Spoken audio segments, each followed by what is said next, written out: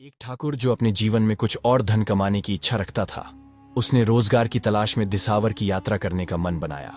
प्रस्थान करने से पहले उसने अपने घर की पूरी देखरेख का जिम्मा अपने ही पड़ोसी एक सुनार को सौंप दिया। घर में केवल ठाकुर की पत्नी ठकुरानी के अलावा और कोई संरक्षक नहीं था। इस मौके का फायदा उठाकर सुनार ने ठाकुर के विश्वास का घोर उल्लंघन किया और ठकुरानी को अपनी प्रेमिका बना लिया। यह अनैतिक संबंध बनने के बाद सुनार अब नियमित रूप से ठकुरानी से मिलने उसके घर आने लगा। 2 या 3 वर्ष बीतने के बाद ठाकुर अपने वतन को वापस लौटा।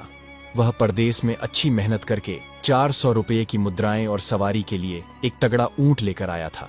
वापस आते समय रास्ते में उसे तेज प्यास लगी तो वह जल पीने के लिए एक पुरानी बावड़ी यानी सीढ़ीदार कुआं पर रुका।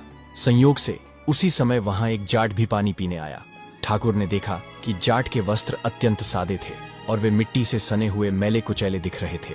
ठाकुर के पूछने पर जाट ने आत्मविश्वास से परिचय दिया कि वह फलां गांव का जाट है और वह एक स्थान से न्याय का फैसला करके अपने गांव लौट रहा है। एक न्यायाधीश को ऐसी साधारण पोशाक में देखकर ठाकुर को अनायास ही हंसी आ गई। ठाकुर ने भी अपना परिचय दिया और उदारता दिखाते हुए जाट से कहा, आप मेरे साथ ऊंट पर सवार हो जाइए। आपके गांव का रास्ता इसी राह पर पड़ेगा। मैं आपको वहीं ससम्मान उतार दूंगा। दोनों उस ऊंट पर सवार होकर आगे चल पड़े। रास्ते में ठाकुर ने जाट से एक रोचक चर्चा शुरू करने की इच्छा व्यक्त की।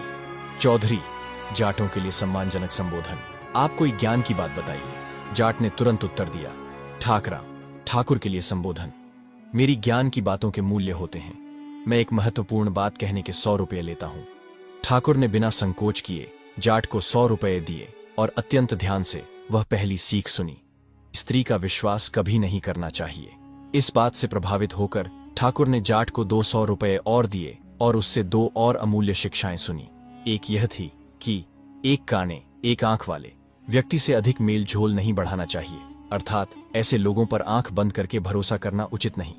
और दूसरी यह कि यदि आप किसी व्यक्ति से कोई शारीरिक श्रम करवाते हैं तो उसकी मजदूरी पहले ही तय कर लेनी चाहिए। भूलकर भी यह कहकर कार्य नहीं करवाना चाहिए कि तुम काम कर दो, मैं तुम्हें मनचाहा इनाम देकर खुश कर दूंगा। जैसे ही चौधरी का गांव आ गया, ठाकुर ने सम्मानपूर्वक उसे ऊंट से उतार दिया। चौधरी ने अत्यंत आत्मीयता के साथ ठाकुर से आग्रह किया, ठाकराव, आप इतनी दूर से आए हैं, कृपया मेरे घर एक समय का भोजन खाकर ही जाइए। चौधरी की बात का मान रखने के लिए ठाकुर खुशी से वहां रुक गया। मेजबान चौधरी ने न केवल ठाकुर का सत्कार किया बल्कि ऊंट को भी सूखा चारा डलवाया और स्वयं भी ठाकुर को प्रेम और आदर के साथ अच्छी तरह से भोजन करवाया। जब सायंकाल होने को आई तो ठाकुर ऊंट पर सवार होकर अपने गांव की ओर चल पड़ा।